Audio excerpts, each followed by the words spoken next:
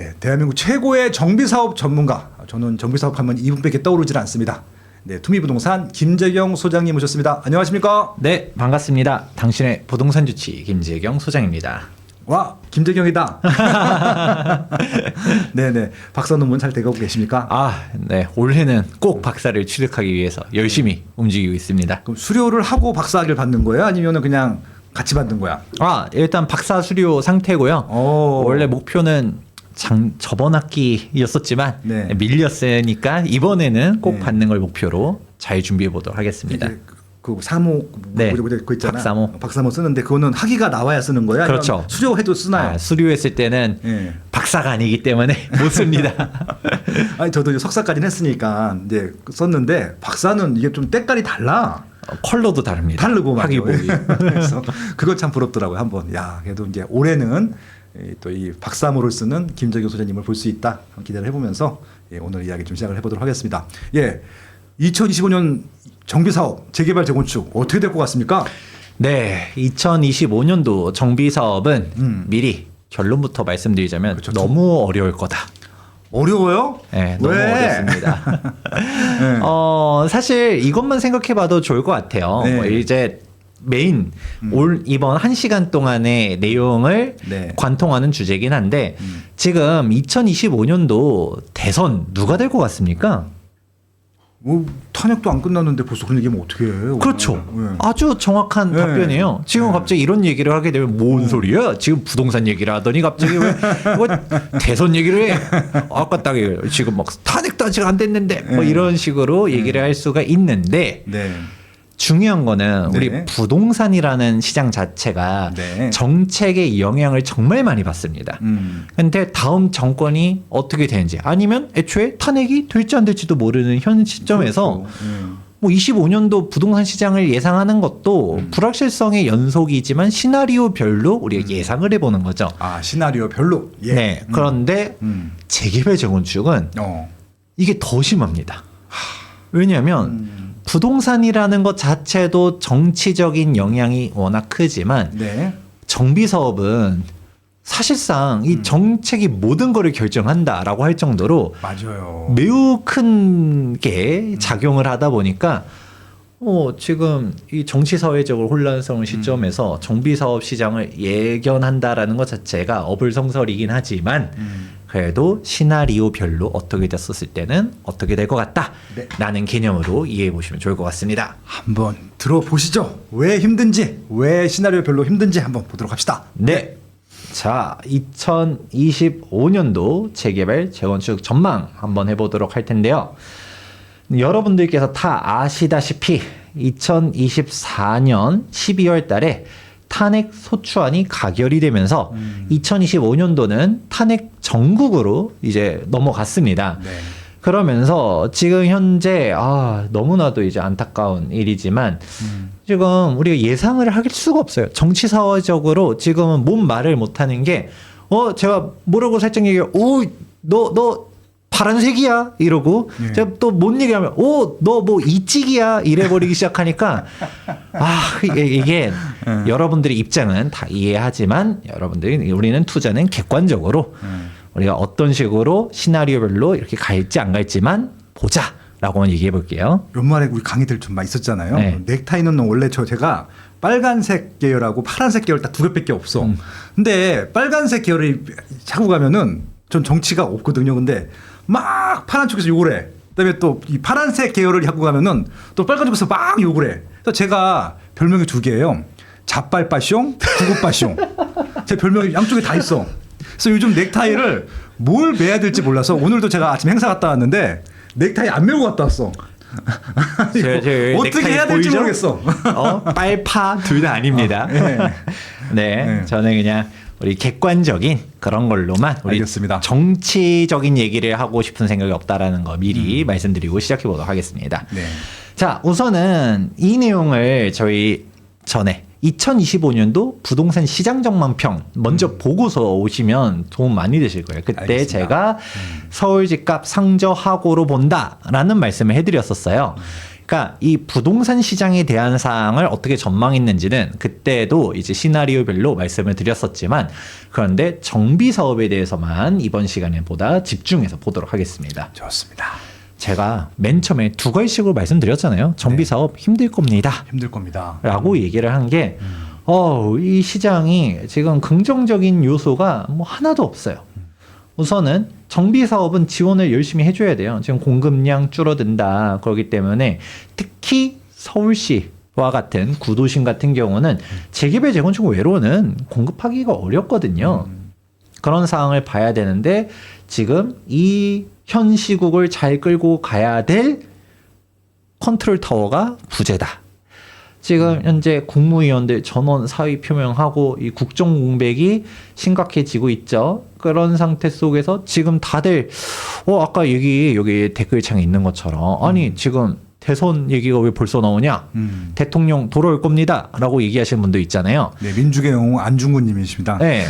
그렇게까지도 네. 얘기 나올 정도로 아직 지금 탄핵이 확정되지도 않았는데 벌써 지금 김치국 마시는 분들이 막 나오고 있습니다.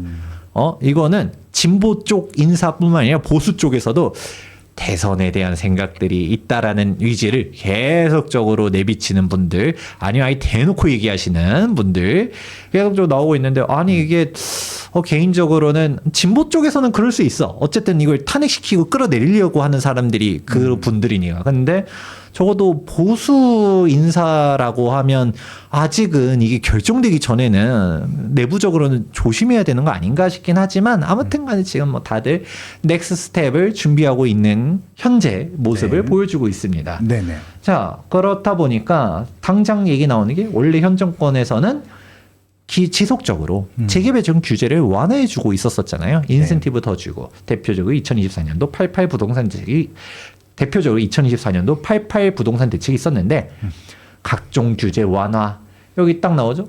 도시 건축 등 정비 사업 관련 규제 완화하면서 인센티브 더 주겠습니다. 임대주택에 대한 사항들도 좀 더 완화해 주겠습니다. 건축 규제 유연화 등등등. 대표적으로 재건축 초과이익 환수제 폐지하게 대표적으로 재건축 초과이익 환수금 폐지하겠습니다라고 했었는데, 현 정권이 지금 이렇게 막 존립 자체가 흔들리다 보니까 이거를 누가 끌고 가지? 라는 의문이 들고 있는 것이죠. 근데 이런 규제 완화를 한다 하더라도 원래도 정비사업 시장은 어려웠었어요. 작년 기사인데 그때도 예전에는 1억으로 오히려 환급금까지도 봤었던 재건축들이 이제는 분담금만 10억이라더라. 공급 대책 얘기를 백날 해봤자 공급이 안 된다. 왜? 사업성이 무너지고 있다. 분담금이 올라가고 있고 그 이유는 공사 비용이 올라가서, 이런 얘기들이 나옵니다. 그러면 네. 또 분명 누군가는 얘기하죠. 건설사의 폭리다. 지금 조합원들의 고혈을 짜내는 이 나쁜 건설사들, 지금 원가를 봤을 때는 우린 더 싸게 지을 수 있는데 라고 하면 이 얘기 전에도 상세하게 설명한 영상이 있어요. 그렇습니다. 그런데 제가 또 그런 얘기 하실까봐 짧게 핵심만 빠르게 얘기하면, 우리는 아파트를 얘기하는 면적에는 크게 세 가지가 있다. 전용 면적, 공급 면적, 계약 면적이 있는데, 우리 이 계약 면적에는 지하 주차장이니 커뮤니티니 이런 게 다 들어가거든요. 그렇죠. 우리가 그러면 여기서 오해하면 되는 게, 33평형 아파트를 지을 때 평당 공사비가 1,000만 원이다. 3억 3천이면 짓는 거 아닙니까? 이거 절대 아니다. 아니다. 왜? 계약 면적 기준으로 가니까. 그럼 지하 주차장은 조상님이 지어줍니까? 커뮤니티 없어도 됩니까? 이거 아니잖아요. 그렇죠. 그러면 계약 면적 그럼 몇이냐라고 하게 되면 우리 올림픽 파크 포레온 대표적인 아파트죠. 네. 등장합니다. 우리 네. 84 타입 기준. 84 타입이 결국 전용 면적이죠. 네. 그래서 84 타입을 3.3058로 나누게 되면 25평 정도가 나옵니다. 네. 하지만 33평이라 얘기했잖아요. 라고 하는 거는 공급 면적 기준. 공급 면적 기준은 33평. 그런데 지금 공사비 얘기할 때는 계약 면적이라는 얘기잖아요. 그렇죠. 계약 면적을 보니까 193제곱미터입니다.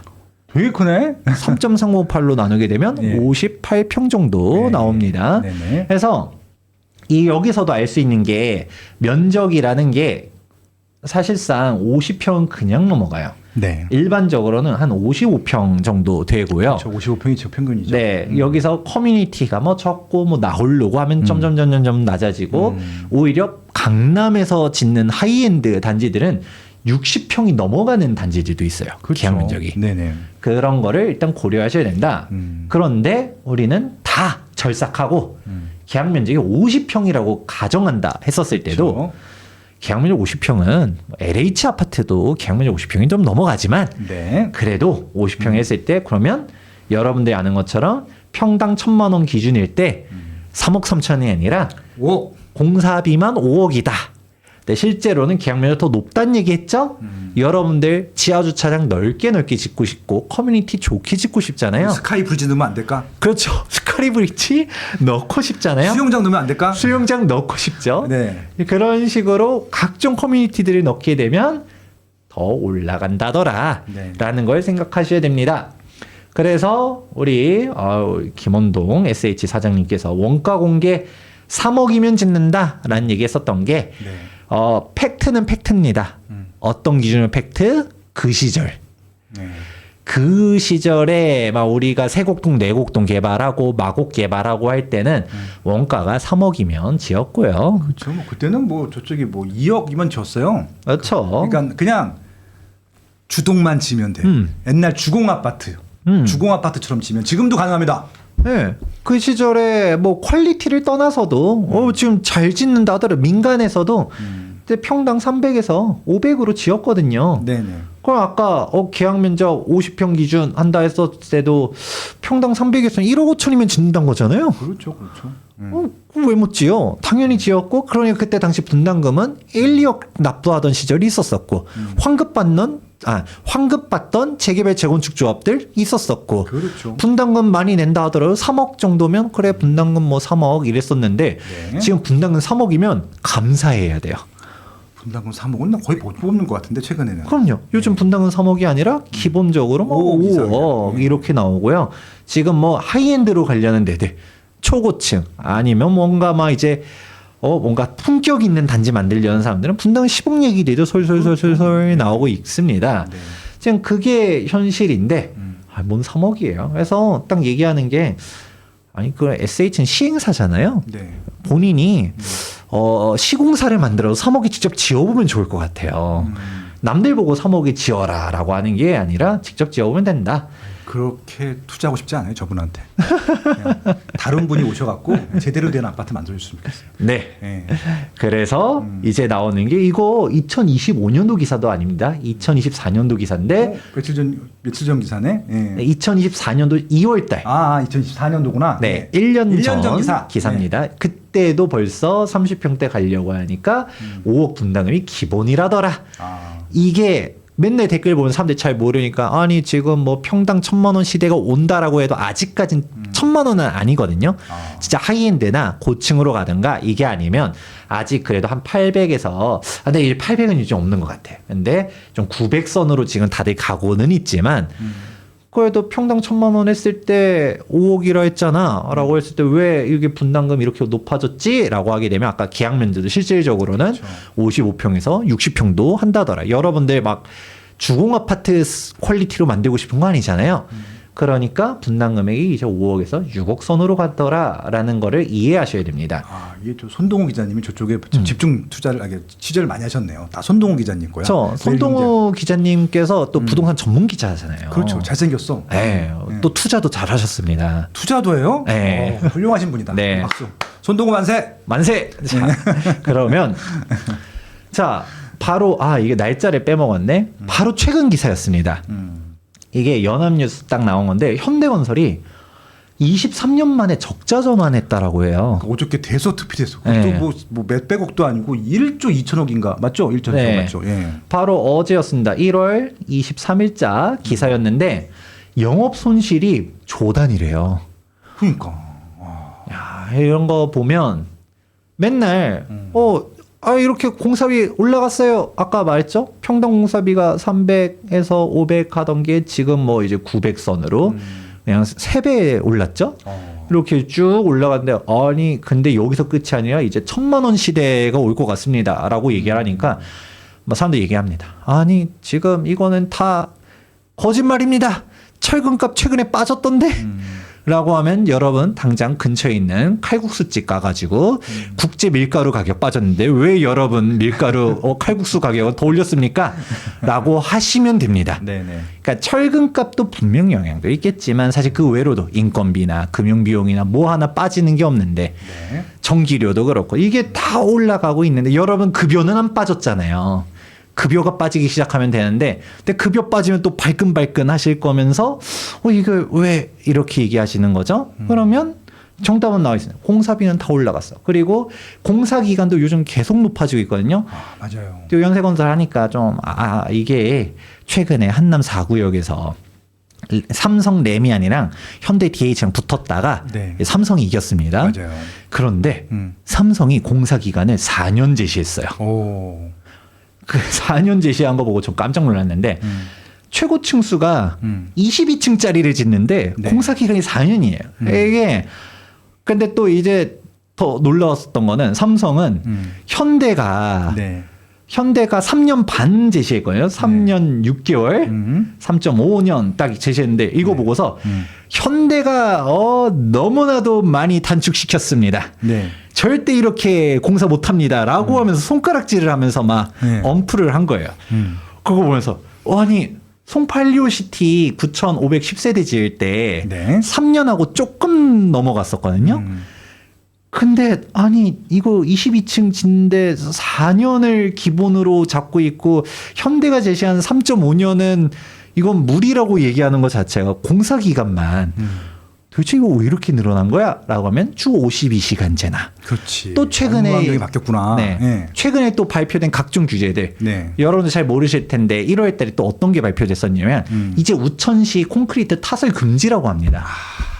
그렇지. 당연히 그렇지. 예. 예전에 뭐 무슨 수비드 뭐 땡땡 하면서 뭐 아니 뭐 비 오는 날 콘크리트 타설 이게 말이 됩니까? 라고 했는데 사실 이것도 건축 기술적으로는 이 농도를 잘 맞추면 문제가 전혀 없거든요. 그러면 이런 기준들을 제대로 얘기하면서 해야지 그냥 원칙적으로 금지를 해버리면 아니 대한민국에 비 오지 않는 날만 공사를 해야 돼. 더군다나 사계절이 또 뚜렷한 아니 사계절도 아니죠. 이제는 이계절에 가까워지는데 여름 내지 겨울. 네. 그냥 간절기가 있을 뿐. 네. 그러면 엄청 더우면 또 이제 막 또 그러다가 사람 쓰러지면 공사 환경이 사람을 죽입니다 이럴 거고 너무 추운 날에 하다가 또 뭐 사람 쓰러지면 아니 이렇게 추운 날에 공사를 하다니 네. 비양심적인 건설사 이럴 거 아니에요. 그렇죠. 또 언제 건설하는 거예요? 그래 버리니까 각종 규제들은 많이 들어오고 이러니까 건설 환경이 너무 어렵다더라. 그러니까 이렇게 올려도 건설사가 영업 적자가 나오는 시대인 거죠. 그나마 현대 건설이니까 영업 적자가 조단위 손실이 나와도 버티는 거지. 그렇죠. 뭐 오늘 매출이 크니까. 그렇죠. 왜냐면 현대차 그룹에 있잖아요. 네. 그러니까 그리고 뭐 저기 현대건설이 그거 아시잖아요. 한남 3구역 뭐 그거 하나로 뭐 일단 2조 넘어가고 그다음에 반포중 1단지 그게 4조야. 그냥 그럼 뭐 그런 거니까. 뭐 그렇죠. 뭐. 그런데 이게 그나마 메이저 시공사니까 그렇죠. 그룹사에 있으니까 버티는 거지. 네. 지금 중소 중견 건설사를 지금 다 무너지고 있거든요. 저렇게 됐다간 그냥 끝나는 거지. 부도지고 바로 뭐. 예. 프로젝트 하나 꺾이는 순간 현금 흐름 막히는 순간 맞아요. 흑자도산도 할 수 있는 게 지금 건설업인데 그러니까 지금 PF 문제들 엄청나게 심각하죠. 그런데 조합원들도 아예 저도 역시 또 조합원이지만 당연히 공사비 올라가는 거 싫죠. 근데 현실을 냉정하게 이해해야 되는 게 아니 공사비 안 올려주면 누가 지어요? 아니 그러니까 누가 지을 사람이 없어요. 네. 그래 버리니까 이게 현실이라더라. 지금 10대 메이저 건설사들 영업이익률 보면 한 자릿수고요. 은행 이자보다도 못 보는 곳들이 태반입니다. 아, 그럼요. 예. 지금 그런 게 현실이다라는 얘기 말씀드리고요. 자, 그러니까 이제 나오는 게 뭐죠? 대지집은 잘 따져봐야 된다. 대지집은 예. 대지집은 봐가지고 사업성이 있는 곳도 있지만 없는 곳들도 있고 그건 아실이죠, 아실. 네, 아실에서 대지분을 좀 찾아볼 수 있는데 네. 근데 이런 사업성 계산하는 방법은 일전에 영상 따로 올려놓은 거 있으니까 알겠습니다. 그걸 잘 찾아보시기 바라고요. 네. 근데 여기서는 그냥 결국은 분담금 때문에 억대 분담금 이제 각오해야 된다더라라는 얘기들이 계속적으로 나오고 있죠. 그래서 네. 여기 10억 분담금이 벌써부터 얘기들이 솔솔솔 나오고 있는 게 현실인데 그럼 안 그래도 지금 사업성에 대한 내용들 많고 뭐하고 하는데 여기서 정치적인 이벤트까지 엎친 데 덮친 격으로 이제 다가오게 됩니다. 사실상 재건축 위기라고까지 말한 이유가 있어요. 안 그래도 지금도 그래도 아까 반포 얘기를 한 게 진짜 사업성 없는데 얘기하면 저 항의 전화 받았잖아요. 저희 사무실로 전화가 와서 아니 좋은데 좋다라고 얘기하는 거 알겠는데 왜 자꾸 안 좋은 사례로 우리 단지를 얘기하느냐. 누구 어디? 제가 어디라고 구체적으로 또 지명 얘기하면 또 뭐하니까 전화 와서 자꾸 지역 비교할 때 여기 예를 들어서 아까 잠원동 사업성 나빠도 뭐 그래도 신축 딱 반포 가격이 치고 올라가니 여기 분담금 내도 갈 거거든요. 네, 그렇죠. 자꾸 안 좋은 사례로서 우리 지역 자꾸 얘기하지 말아라. 라는 얘기를 합니다. 싫지. 그 좋은 얘기 자주 드시는데 나쁜 얘기가 싫죠. 그러니까 좀 조심스러운데 네. 그런 식으로 지금 안 그래도 사업성 없는 곳들은 못 가죠. 네. 사업성 있는 곳들 그래서 우리가 분담금 납부 능력이 있는 사람들이 얼마나 많이 모여 있느냐라는 것들을 제가 많이 강조드렸었는데 근데 이제는 사업성이 다가 또 아닙니다. 뭡니까 그럼 사업성 말고 또 있습니까? 네, 재건축 자체가 좀 흔들리는 상황이 네. 바로 정권이 바뀐다라고 가정을 했었을 때 이 네. 재건축 초과이익 환수제가 가장 큰 리스크로 다가올 가능성이 높습니다. 안 그래도 현 정권이 재건축 초과이익 환수제를 폐지하겠다라고 발표를 했었지만 국회에서는 논의 자체도 안 되고 있어요. 네. 민주당 여기 딱 나오죠. 폐지는 시기상조다. 라고 하면서 이거 뭐 하는 짓이냐? 왜 또 폐지하라고 해? 아니 저번에 한번 완화했잖아. 근데 뭐 벌써 또 폐지야? 라고 얘기를 하고 있는데 사실 그거 전 원희룡이 잘못했다라고 봅니다. 재건축 초과이익 환수제 자체가 핵심적인 문제점들을 하나도 건드리지 않고 그냥 수박 겉핥기식으로 갖다가 바꿨다 보니까 이거는 완화인 척하는 아무것도 아닌 상황이거든요. 네. 그러니까 여기 그전에도 저희 한번 다 영상으로 얘기한 적 있어요. 기억나실 텐데 제가 이때 뭐라고 했었냐면 2022년도 9월 29일자로 국토교통부에서 재건축 분담금 합리화 방안이라고 발표했지만 네. 전혀 합리적이지 않은 합리화 방안이다 라고 설명을 했었습니다. 가장 핵심적인 거 뭐 그때 해서 이게 결국 국회에서 통과가 되긴 했었어요. 면제. 참고로 이것도 어느 정도 후퇴하긴 했습니다. 근데 가장 핵심적인 사항 미실현 이익에 대한 과세, 이중과세, 형평성 문제 하나도 건든 게 없다더라 라는 사항들. 그래서 이런 부분들 제가 예전에 쭉쭉쭉 설명한 사항이 있으니까 자세한 사항은 재건축 초과이익 환수제에 대한 문제점 설명한 거 보시면 좋을 것 같고요. 네. 근데 제일 중요한 거는 이게 뭐 위헌이냐 아니냐 이걸 떠나서 이 재건축 초과이익 환수제에 대한 게 고무줄 같은 법령이에요. 왜냐하면 이 10조를 보게 되면 네. 정상주택 가격 상승분의 산정이라고 있어요. 여기 뭐로 써있냐? 전상주택 가격 상승분을 빼주도록 돼 있거든요. 네. 예를 들어서 재건축하기 전에 20억이었는데 재건축하고 난 다음에 60억이 됐어요. 네. 반포야. 그럼 사람들이 우와 40억이 올랐네 라고 생각했는데 재건축 안 한 집값도 다 60억 됐어. 걔는 뭐 그래도 재건축 안 했었으니까 뭐 한 기존에 10억짜리가 50억 됐다고 칠게요. 얘도 40억 올랐어. 그러면 우리가 생각했을 때는 퉁퉁 해야 되는 거 아니냐? 네. 옆에도 재건축 안 했는데도 40억 올랐어. 그럼 우리 이거 재건축으로 올라갔다고 말하기는 좀 어려운 거 아니야? 라고 볼 수 있겠죠? 네. 근데 그렇게 계산을 안 합니다. 왜냐? 개시 시점 가격은 공시 가격으로 일단 시작을 해요. 공시 가격으로 가고 그러고 종료 시점 가격은 위원회 산정 금액으로 가는데 네. 근데 여기서 정상주택 가격 상승분을 빼주는 거는 해당 재건축 사업장이 소재하는 이제 시군 구의 평균 주택 가격 상승률 중 높은 비율을 곱해서 산정합니다.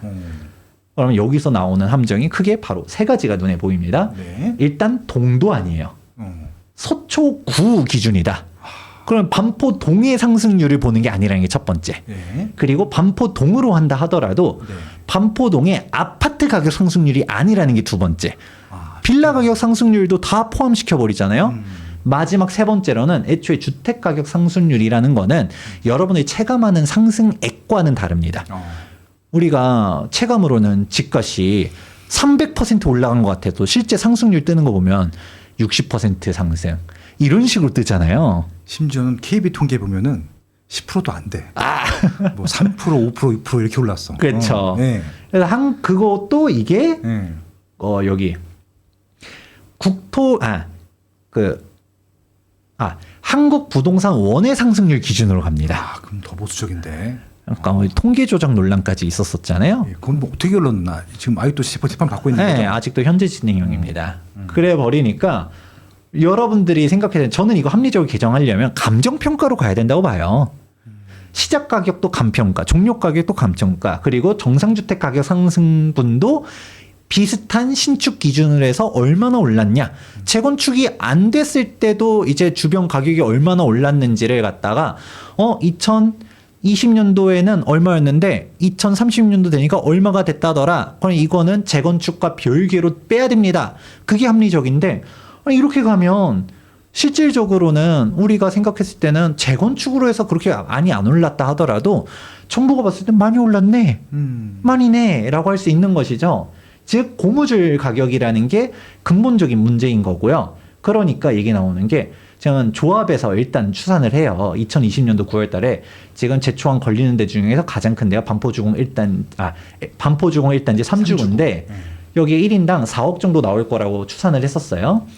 하지만 2018년도에 국토교통부에서 시뮬레이션 돌렸었을 때 제일 많이 나오는 단지가 8억 4천이라고 했어요. 근데 이 8억 4천 단지가 어디냐 말들이 많았었지만 많은 전문가들이 이 반포주공 1단지 3주구다. 그렇죠. 예. 라고 예상을 했거든요. 제일 사업성 좋았으니까. 사업성 좋은 것도 있고 제일 위치도 좋고 규모도 제일 크고 제초안 걸리는 단지들 중에서.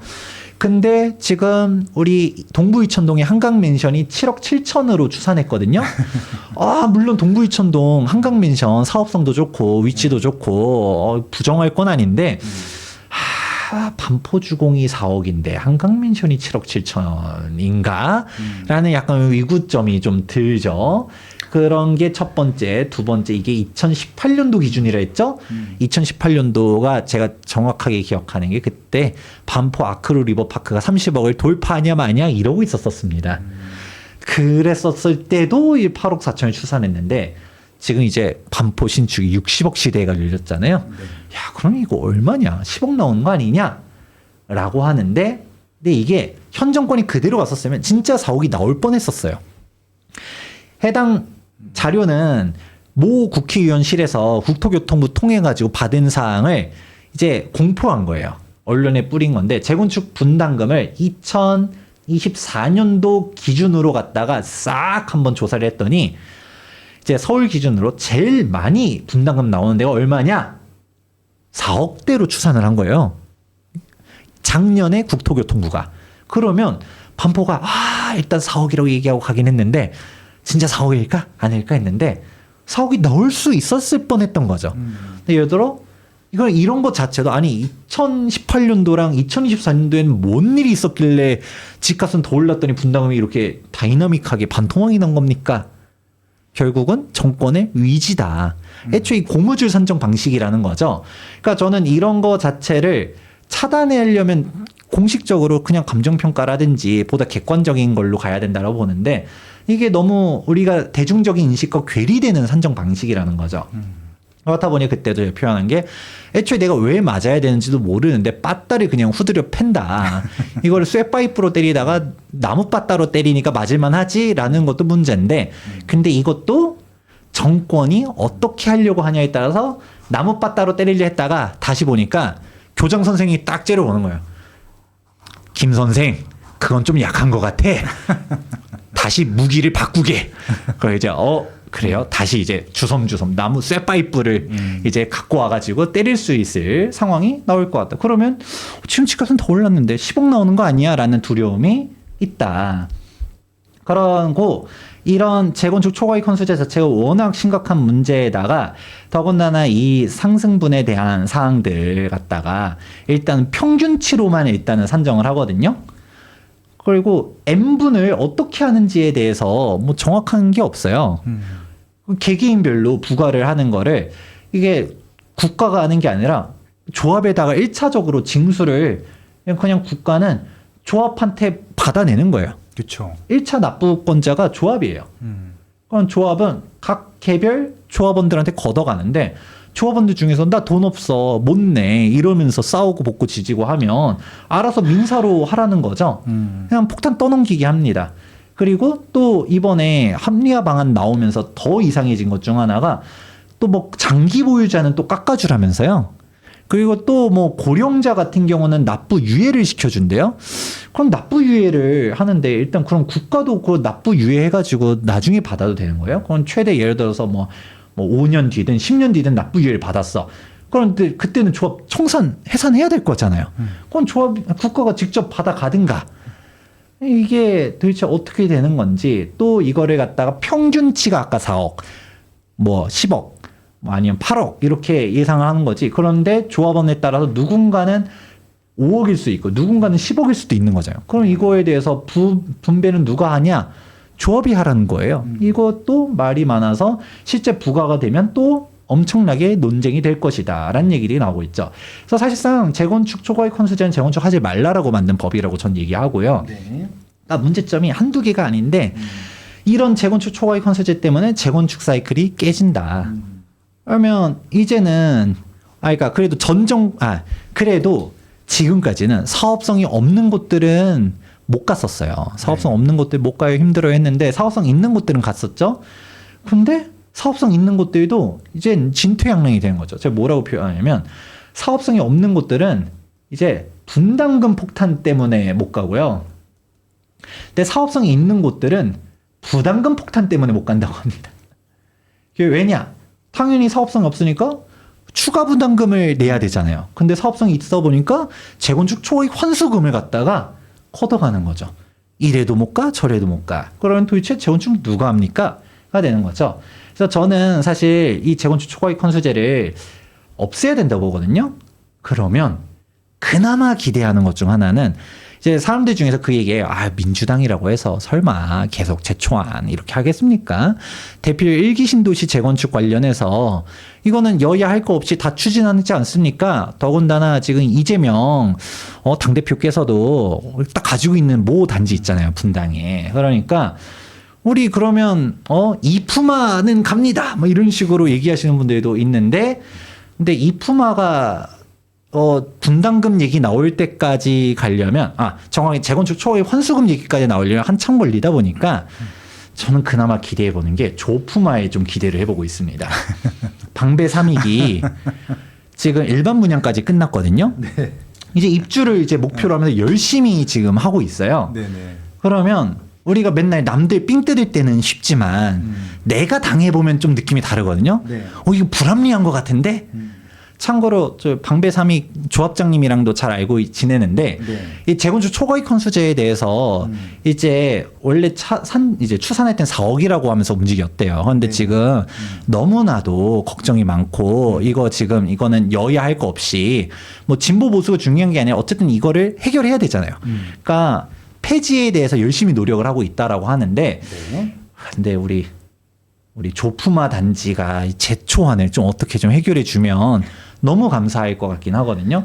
그래서 이제 우리 맨날 얘기하는 강남 살지 말라더니 하지만 본인들은 강남 살고 있고 또 강남 재건축 들고 있고 막상 재건축 초과이익 환수금을 맞아보면 내가 맞아보니까 아파. 이건 좀 아닌 것 같아.를 좀 체감해 주셨으면 좋겠다. 좀 없애줬으면 좋겠다. 라는 얘기를 좀 희망은 좀 걸고 있다. 근데 그게 되기 전까지는 이게 우리 이재명 대표께서는 조국이 재초안 분담금 내는 거에 대해 별로 관심 없을 수도 있잖아요. 그러니까 이거는 좀 가봐야 아는 건데 네. 조금 이거는 조심스럽다. 이게 지금 재건축에 대한 리스크가 첫 번째. 네. 자, 그러면 여기서 끝내면 그나마 다행인데 네. 여기서 끝이 또 있어요? 아닙니다. 또 뭐가 있어? 뭐냐면 지금 이런 얘기를 하게 되면 재건축 힘들겠구나. 그러면 재건축 초과이익 환수제가 안 걸리는 재건축 단지 혹은 재개발은 반사이익을 얻겠지 라고만 얘기할 수 있을 텐데 근데 지금 저는 정비사업 조합분들이랑 많이 이제 커뮤니케이션을 하고 있는데 지금 재개발 조합장님들도 두려움을 떨고 있습니다. 왜요? 바로 오세훈 서울시장 대권 리스크라고 제가 이렇게 적어드렸는데 대권 리스크요? 이게 뭐가 옳고 그르고 제가 오 시장이 대선 나가면 안 됩니다라는 얘기 아닙니다. 참고로 네. 저 오세훈 시장님 존경하고 사랑합니다. 진짜? 그런데 이제 제가 이게 뭐 좀 조합에서 이렇게 얘기한다라고 네. 이해를 하시면 좋을 것 같아요. 네, 봅시다. 자, 바로 무엇이냐면 재건축 재초안 때문에 힘들어요라고 하고 넘어가자니 재개발 조합에서 그럼 우리는 괜찮겠지라고 하기에는 오 시장님이 대선 출마하는 거에 대해서 너무나도 두려워하고 있어요. 지금 실제로 바로 엊그제였죠? 네. 이제 1월 22일자로 1월 22일 엊그제 맞습니다. 1월 22일자로 오세훈 시장이 간담회 기자회견을 하면서 그것도 라이브로 대선 출마 깊이 고민 중이다 라고 얘기했습니다. 근데 사실 저는 이 얘기를 이전부터도 들었었어요. 사실 작년 말 올해 초 그때 뭐 오세훈 시장이 뭐 이제 대선 TF 만들었다 했다가 뭐 서울시에서 보도자료 내면서 사실과 다릅니다. 언론중재위원회에 고소고발할 겁니다. 이렇게까지 얘기했었는데 근데 다들 저는 솔직히 말해서 지금 탄핵이 일단은 되냐 안 되냐도 확실히 나오지도 않았는데 지금 이런 얘기 나오는 것 자체가 야당은 몰라도 여당 입장에서는 좀 이거 좀 아닌 거 아닌가라는 생각을 하지만 뭐 생각은 할 수 있어요. 근데 바로는 좀 조심해야 되지 않겠냐라는 생각이 일단 첫 번째. 네. 두 번째, 이게 사실 보수 입장에서는 지금 현재 시점에서 만약에 조기 대선이 된다라고 가정했을 때 현재 분위기로는 어렵거든요. 그러면 대선 결과가 지는 싸움 같은데 저는 오세훈 시장이 당연히 대선 안 나갈 줄 알았어요. 네. 왜냐? 오 시장 입장에서는 지금 대선 나가봤자 떨어져. 더군다나 원래 대선이 2027년도 예정이었었고 그렇죠. 지방선거는 2016년도 예정이었잖아요. 내년이죠. 그러면 오 시장이 서울시장 임기 다 마치고서 그 다음에 대선을 나갈 수는 있다 생각했었지만 네. 이미 한번 서울시장직을 중간에 던진 네. 이미 서울시장직을 한번 던진 전적이 있는데 또 서울시장직을 내던지게 되면 분명 반발이 있을 거라는 생각도 있었었고 그렇죠. 여기에서 또 지금 대선 분위기 자체가 별로 안 좋다 보니까 그러면 거꾸로 이번 대선을 갖다가 25년도에 조기 대선이 치러진다. 5년이죠 임기가. 그러면 다음 대선은 2030년도고 그러면 서울시장 한 번 더 하면 4년이니까 지방선거는 딱 30년도에 맞춰지겠다. 그럼 서울시장 3선 한 번 더 하고 대선을 노리지 않을까라는 생각을 저는 했었는데 네. 제가 이 얘기를 하니까 정비사업 조합장님들이나 조합 임원분들이 아니다. 우리 지금 들려오는 소식에 의하면 오 시장 지금 대선 나가려고 준비한다더라. 라는 얘기를 하고 있었고 제가 그 얘기 듣고 아닐 것 같은데 하면서 그 아는 부동산부 기자님들이나 정치부 기자님들한테 다 전화를 해보니까 오히려 거꾸로 당연히 나가는 것처럼 얘기를 하더라고요. 네. 그래서 저 아는 시의원님한테도 혹시 해가지고 물어보니까 오히려 국힘 시의원님들 입장에서는 오 시장이 안 그만두기를 원하는데도 근데 나갈 것 같아라고 얘기를 또 하시더라고요. 그러니까 그만큼 솔직히 예전부터 서울시장에서 끝내려고 하지 않는다라는 거는 사람들이 다 알고 있었었지만 네. 이 분위기에서 서울시장직을 또 그만둘까라는 생각했더니 나갈 것 같다더라. 자, 그러면 이런 얘기를 왜 우리가 인지해야 될까요? 서울시장직이 그만큼 중요하기 때문이거든요. 네. 왜냐? 정권은 바뀔 수도 있어요. 누가 되냐에 따라서 아까 뭐 정책적인 사항들은 바뀔 수는 있는데 근데 서울시장이 이제 중요한 이유는 인허가권자가 시도지사입니다. 네. 광역시도지사. 네. 시도지사만 적어도 재개발 재건축이 긍정적인 사람이라고 하게 되면 네. 적어도 인허가를 계속적으로 정비사업에 대한 사항들을 이렇게 해줄 수 있기 때문에 그러면 조합들은 뭐 일단은 정책적으로 지원은 없다 하더라도 그래도 갈 수는 있겠다라고 생각을 할 수 있을 텐데 만약에 오 시장님께서 진짜 서울시장직 그만두고 대선으로 나가요? 그러면 서울시장직이 공석이 되게 되고 지금 이게 좀 구체적으로 얘기 나오는 것 중 하나가 이게 1년 미만일 때는 보궐선거가 안 열린대요. 그렇죠. 몰아서 같이 하겠지. 네. 예. 그런 얘기까지 나오는 것 자체가 이게 계산이 된 거 아니냐라는 말들까지 나오는데 그렇게까지 했을 때 26년도 6월 달에 이제 지방선거에서 제2의 박원순 서울시장님 같은 분이 등장한다. 이걸 다시 다들 두려워하고 있거든요. 그러면 재개발 조합들도 가만히 있을 수 없는 거예요. 네. 재건축 규제가 된다 하더라도 재개발은 우리는 재건축 초과이 컨수제 같은 게 없어 라고 생각할 수 있을 텐데 문제는 네. 인허가에서부터 서울시에서 다 발목을 잡아버리면 끝이라더라 라는 생각을 하는 거죠. 그래서 제가 많이 얘기해 드렸었던 게 재개발 재건축 우리 초보자다 처음 투자한다 그럼 적어도 조합 설립인가 이후로 들어가는 게 안전하다라는 얘기를 많이 강조해 드렸거든요. 그렇죠. 근데 인허가가 잘 안 된다라고 하면 인허가까지 받은 사업 시행 인가 이후가 중요할 것 같다라는 얘기들을 요즘 하고 있어요. 물론 이게 진짜 중요해지냐 안 중요해지냐는 뭐 이제 조기 대선이 열리냐 안 열리냐 서울시장이 사퇴를 하나 안 하나 이걸 좀 눈여겨볼 필요가 있겠죠. 네. 그러면 박원순 전 서울시장이 나빠요 얘기 아닙니다. 그냥 정비사업 조합 입장에서만 얘기해 드리는 거예요. 네. 정비사업 조합 입장에서는 박원순 서울시장 재임 기간 9년이 암흑기예요. 왜냐? 그냥 그동안 있었던 수많은 정비사업 조합들 다 반토막 내버렸습니다. 다 해제. 네. 그냥 직권 해제까지 했다가 대법원까지 가서 서울시가 무리하게 했다 하면서 조합이 부활한 곳도 있거든요. 네. 그 사직이 구역 그랬죠. 사직이 구역도 그렇고 장위 15구역도 그렇고요. 그렇죠. 네. 그런 식으로 갔다가 서울시가 사실상 패소했는데 이거에 대한 시간적 비용적 보상은 아무도 안 해줘요. 그렇죠. 뭐 책임질 사람이 없어. 알박기에서 노골적으로 뭐 방해도 하고 그랬었죠. 네. 네. 그런 식으로 갔다가 신규 인허가를 안 해준 건 당연한 거고 신규 재개발 재건축 안 되는 건 기본에 있었던 데들도 마음에 안 들어 다 해제를 했거든요. 그냥 400여 곳 넘는 정비 사업들이 해제가 됐습니다. 그랬고 또 이게 뭐 기억나실 겁니다. 한동 남기기 사업들. 주공 아파트 막 개포주공, 반포주공, 잠실주공도 뭐 동하나 서울 미래문화유산 얘기 나오면서 좀 보존해라 라는 얘기 했는데 이게 흉물 관련해 주민들이 반발이 엄청나게 높았지만 그래도 받아들일 수밖에 없어요. 안 그러면 인허가를 안 해주잖아요. 한동 남겨? 싫어? 그럼 하지 마. 뭐 굴뚝 남겨? 싫어? 그럼 하지 마. 이래버리니까 진짜 주민들 입장에는 이거 진짜 하기 싫은데 하면서도 인허가 계속 몇 년째 지연되니까 어쩔 수 없다. 받아들이자 하면서 가다가 뭐 그때 여기 굴뚝, 달동네, 노포 보존해라. 도시재생 이런 얘기 했었죠.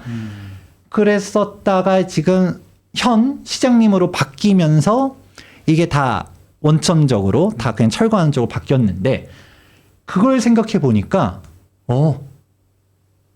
지금 빨리 해야겠네 라는 얘기들이 나오는 겁니다. 정비사업 조합 입장에서는 사실 오세훈 서울시장님도 별로 그게 달가워하진 않아요. 네. 왜냐하면 오 시장님도 말로는 막 그냥 재개발 규제 완화, 활성화, 인센티브 이렇게 얘기하지만 막상 보면 이게 보수 시장이라고 말하지만 이게 진보 시장 아니야라고 하는 얘기까지 있을 정도로 공공기여나 임대주택, 뭐 무슨 또 데이케어 센터 이런 시설들을 어마어마하게 강조를 합니다. 네. 여기 또 나오죠. 오 시장님께서 데이케어 없으면 신속통합기획도 없다. 공익 외면 말라. 이러다 보니까 조합 입장에서는 불만들이 많았었는데 근데 여기서 우리 이 짤 혹시 보신 적 있는지 모르겠는데 뭐예요 이건? 다시 보니 선녀 같다 하면서 오 시장에 대해서 불평불만하다가 갑자기 딱 뒤를 들여보니까 제2의 박원순이 다시금 다가올 것 같아. 정비사업 초토화가 그려지니까 지금 오 시장을 보니까 다시 괜찮은 것 같아. 그러니까 일단은 임대주택, 공공기업, 기부채가 물론 싫지만 그래도 그걸 하면 기브앤테이크잖아요. 그래도 일단은 인허가는 해줘. 지금이라도 빨리 받아야겠다. 라는 생각들을 지금 많은 정비사업조합들이 하고 있다더라. 네. 그러니까 여기 나오잖아요. 일단 박원순 시장 10년 동안 막혔었던 재개발이 지금 풀렸는데 다시금 리턴하면 어떡하지? 라는 고민들을 조합들이 하고 있고 그럼 또 이런 얘기 나오겠죠. 도시재생하라. 벽화 칠해준다.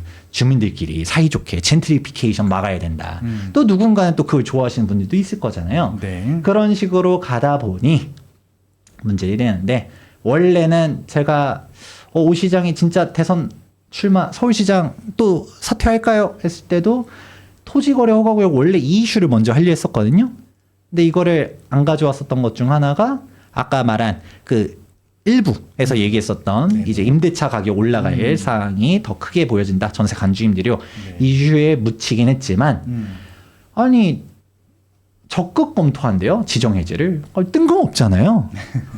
아니 물론 저는 이거 해제해야 된다고 봅니다. 지금이라도 늦었지만 해제해야 된다고 봐요. 부작용이 워낙 크고 사유재산권 침해 사항이지만 아니 그동안 규제를 당연히 풀고 싶었었지만 폭등해서 못 풀었다. 아니 진짜 떨어질 때 안 풀다가 왜 이제 와서 이런 얘기 할까 하니까 본인도 몰랐겠지. 갑자기 이렇게 대선 시즌이 빨리 찾아올 수도 있다는 생각을 못 했었다가 그냥 이제 와서 눈치 보는 거죠. 아 이제 표를 계산해야겠다. 하필 또 토지거래 허가구역들이 대부분 보수표가 몰려있는 곳들이잖아요. 여기들을 일단은 집토끼 잡아야겠다라고 하면서 지금 해제 적극 검토하겠다는 얘기 하는데 속내가 너무 잘 보여도 저는 이거 일단 풀어야 된다. 일단 여기서 지금 얘기 나오는 게 청담 삼성 대치 3실 여기가 당연은 풀어줄 거라고 보고 있는데 여기 대상 시점은 2025년도 6월달 다가옵니다. 근데 더 빨리 다가오는 게 압구정, 여의도, 목동, 성수가 4월달 다가오거든요.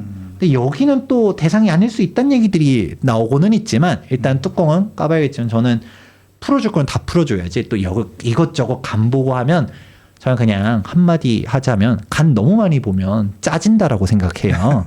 그만 간 보고 진짜 문제가 있는 거는 확실히 풀어주라. 이 정도만 하고 토호제는 일단 넘어가도록 하겠습니다. 네네. 자. 그러면 이런 얘기를 하다 보면 좀 입장에 따라서 좀 불편합니다. 네. 왜냐? 결국은 이게 다 가정의 연속들이에요. 네. 오 시장님이 사퇴 안 할 수도 있어요. 그냥 분위기 보다가 대선 어려울 것 같아. 그래서 서울시장 한 번 더 하자. 이럴 수도 있는 거고 뭐 대선 나갔다가 뭐 이길 수도 있는 건 거고 다음 서울시장이 또 보수시장이 될 수도 있고 아니면 진보시장이 된다 하더라도 박원순처럼 그렇게 강력하게 할까 관련해서는 안 그럴 수도 있는 건 거죠. 모르는 겁니다. 근데 우리는 결국 가능성들을 봤을 때 가장 리스크를 최소화하는 사항을 봐야겠죠. 그러면 결국 살아남는 정비사업이 무엇이냐? 정리해보면 이럽니다. 자, 일단 재건축 힘들어요. 재건축 같은 경우는 재건축 초과이익 헌수제가 어디 기준으로 가느냐? 이제 관리처분 인가 신청을 2017년도 12월 31일까지 최초 관리처분 인가를 신청한 조합은 재건축 초과이익 헌수제의 예외 사항에 들어갑니다. 제초한 피한 데들은 안전하겠죠? 당연한 얘기지만 그렇게 할 거고 재개발은 제초안이 안 걸린다 하더라도 일단은 사업시행 인가를 받아놓은 곳들이 안전하겠다. 왜냐? 사업시행 인가라는 자체가 그동안의 수많은 인허가 절차들을 다 끝내는 게 사업시행 인가입니다. 관리처분 인가도 인허가 아니에요? 라고 할 수는 있겠지만 이 관리처분 인가를 가는 길은 그냥 감정평가하고 분양신청하고 이건 조합원들끼리 하는 거거든요. 물론 관리처분 인가 시점을 좀 지연시킬 수는 있겠지만 또 특별한 이유가 없이 무한정 지연시킬 수 없기 때문에 관리처분 인가는 결국 해주긴 합니다. 그 박원순 전 서울시장 시절에도 뭐 이제 이주 대란 얘기하면서 인가 시점을 좀 나중에 해주고 이런 거는 있었어도 마냥 붙잡지는 않았었어요. 왜냐하면 막을 명분이 없었으니까. 근데 건축심의 같은 경우 애초에 도시계획위원회 자체를 안 열어버려요. 그래 버리면 인허가를 안 돼버리고 그리고 아까 말한 한동 남기기 아주 무리한 요구를 해버리면서 방해를 해버리는 거죠. 그러니까 우리가 잠실주공 5단지가 사업성이 없어서 못 갔나요? 사업성이 있음에도 불구하고 인허가를 안 내주니까 못 간 거거든요. 그런 상황이 되풀이되는 게 우려된다더라. 그래서 근데 이게 언제까지 받아야 되냐? 보수적으로 봤을 때는 2026년도 6월 달이 지방선거니까 아무래도 오 시장이 만에 하나 사퇴를 한다 하더라도 25년 6월 이후에 사퇴할 거거든요. 네. 그래야지 안 그러면 또 보궐선거까지 치러지면 또 말들이 많이 나올 수 있기 때문에 그럼 적어도 행정부시장 체계로 갔다가 갈 수는 있겠죠. 그래도 이때까지는 인허가를 받아야겠다. 그러면 사업시 인가 받은 곳들은 살아남을 것이고 아니면 사업시 인가를 아직 못 받았다 하더라도 적어도 최소한 건축심이라도 언제까지? 2026년도 6월 달까지 받아야겠다라는 얘기를 제가 하는 게 아니라 조합 관계자분들이 하고 있다. 지금 속도전으로 가야겠다. 원래 기부 체납이나 공공기여나 말들이 많았지만 일단은 빨리 받아야겠다. 서울시 요구를 수락하더라도 일단은 속도적으로 가야지 까딱하다가는 엎어질 수 있겠다라는 고민들을 하고 있다라는 것입니다. 이런 문제가 발생하다 보니 결국은 또 우리가 쏠림 현상들이 나타나게 돼요. 최초한 피한 곳들 몇 면을 보다 보면 이미 준공해서 입주 들어간 데들이 있고요. 지금 남아있는 곳들이라 하더라도 많지 않거든요. 그리고 비싸요. 이런 곳들은. 이런 최초한 피한 곳들을 가든가 아니면 재개발 딱 얘기했던 것처럼 사업시 인가를 받았던가 2026년도 6월까지 받을 것으로 보여지는 속도인 재개발. 이런 곳들이 살아남을 것 같다. 그러면 서울에 수많은 정비 사업들이 있지만 소거법으로 가는 거죠. 해당되는 곳들이 어디 있지? 라고 했을 때 의외로 귀에는 아직 남아있다. 지금 관리처분 인가 받은 데들도 서울에 찾아보면 4, 5억으로 투자 가능한 데들이 있고요. 아까 제가 얘기했던 것처럼 사업시 인가까지 받은 곳 혹은 사업시 인가를 26년도 6월까지 받을 것으로 보이는 곳 아니면 건축심의 받은 곳 이렇게 해보게 되면 그래도 아직 서울에 지금 시장 분위기가 다 같이 안 좋으니까 정비사업 분위기는 다 안 좋잖아요. 그러니까 좀 분위기 휩쓸려서 가격이 다 같이 빠지긴 했었지만 아직 2억에서 3억으로도 투자 가능한 지역들이 존재하거든요. 그런 곳들에서 얘는 빠질만 해서 빠진 거고 얘는 지금 분위기 따라서 빠지긴 했지만 안전할 것 같다. 여기는 반사이익 얻을 것 같다 하는 곳들을 좀 골라서 가실 필요가 있다라는 얘기를 해드립니다. 물론 이거는 가정입니다. 네. 왜냐하면 그대로 서울시장 개인적으로는 오 시장께서 3선까지 그냥 가서 정비사업 인허가 계속 해줬으면 좋겠는데 물론 이제 대선 플랜이랑은 또 맞을지 안 맞을지는 모르겠지만 근데 이게 결국은 만약에 뒤바뀌어진다라고 하게 되면 정비사업 조합들 특히 초기 정비 사업들은 많이 두려움을 떨고 있다라는 얘기를 해드립니다. 그래서 이제 마무리를 좀 해보도록 하자면 네. 정비 사업 시장 얘기를 많이 했었지만 근본적으로 우리가 정권이 어느 정권이 되던 간에 재개발 재건축에 대한 규제는 꾸준히 완화해주고 지속적으로 지원을 해줘야 된다고 저는 생각을 합니다. 왜냐하면 우리는 과거를 기억하고 있죠. 2017년도에 우리 김현미 전 국토교통부 장관님께서 무주택자 내 집 마련 쉽게 해주겠다 했지만 무주택자분들이 내 집 마련은 갈수록 어려워졌고요. 네. 그리고 그때 유명한 멘트 있죠. 주택 공급 지금도 충분하다. 그러면서 불로소득 없을 것이다. 라고 했는데 주택 공급이 충분하시다고 하셨던 분께서 빵뚜아네트 얘기를 받았죠. 아파트가 빵이었으면 밤새도록 구웠을 텐데 즉 이 말 자체가 의미하는 바가 아파트라는 거는 시차가 존재해요. 우리가 하루아침에 공장에서 찍어내듯이 뭐 모듈형 아파트 이런 게 아니잖아요. 그렇기 때문에 그냥 아파트에 대한 공급 대책들은 꾸준히 해야 되는데 재개발 재건축 규제 완화가 사실 인기가 없는 이유가 있습니다. 규제 완화에 대한 효과는 한참 뒤에 나타나요. 이제 안전진단 통과, 이제 정비구역 지정, 실질적으로 아파트 완성까지 진짜 빨라도 10년, 솔직히 10년 안 되고요. 왜냐면 조합설립 인가로부터도 10년이기 때문에 최소 15년에서 20년을 봐야 되는데 그러면 다음 정권, 다다음 정권, 다다다음 정권 때 이제 공급 효과는 나오지만 재개발 재건축 규제를 완화하면 재개발 빌라 가격 폭등, 재건축 아파트 가격 폭등 이런 뉴스가 뒤덮을 거예요.